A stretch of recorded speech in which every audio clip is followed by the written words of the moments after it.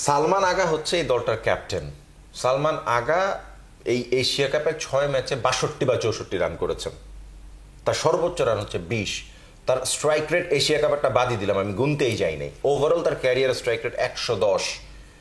এখন আপনি ইন্ডিয়া দলটার একদম মানে অক্ষর প্যাটেলের স্ট্রাইক রেটও তার চেয়ে অনেক হেলদি।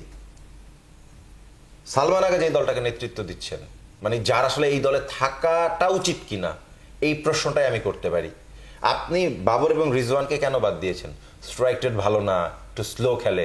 সালমান আগা কি খুব মেরে মানে একাকার করে দিচ্ছে সবকিছু? সো এক্সপিরিয়েন্স কাউন্ট করতে হয়। বাবর আজমের মতো ক্লাস ব্যাটার, যার ফর্ম হয়তো বা ছিল না, ফর্ম তো টেম্পোরারি ব্যাপার, ক্লাস পার্মানেন্ট। এখানে বাবর আজম কিংবা রিজওয়ানের মতন যারা কিনা 2021 টি-20 ওয়ার্ল্ড কাপে ইন্ডিয়াকে 10 উইকেটে হারিয়েছিল, দুজন মিলে খেলাটা শেষ করেছিলেন। এই দুই এক্সপিরিয়েন্স ক্যাম্পেইনারের এই দলে থাকাটা জরুরি ছিল।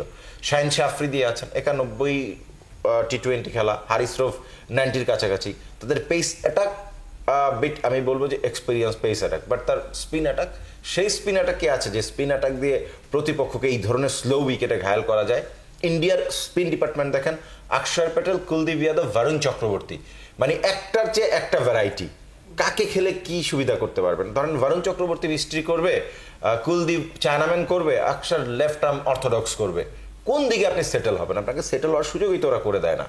মানে এত ভালো, এত ফর্মিডেবল। বিষয়টা আসলে এইরকমই দাঁড়াচ্ছে যে পাকিস্তানের বর্তমান অবস্থান ভারতের চেয়ে অনেকখানি পিছিয়ে।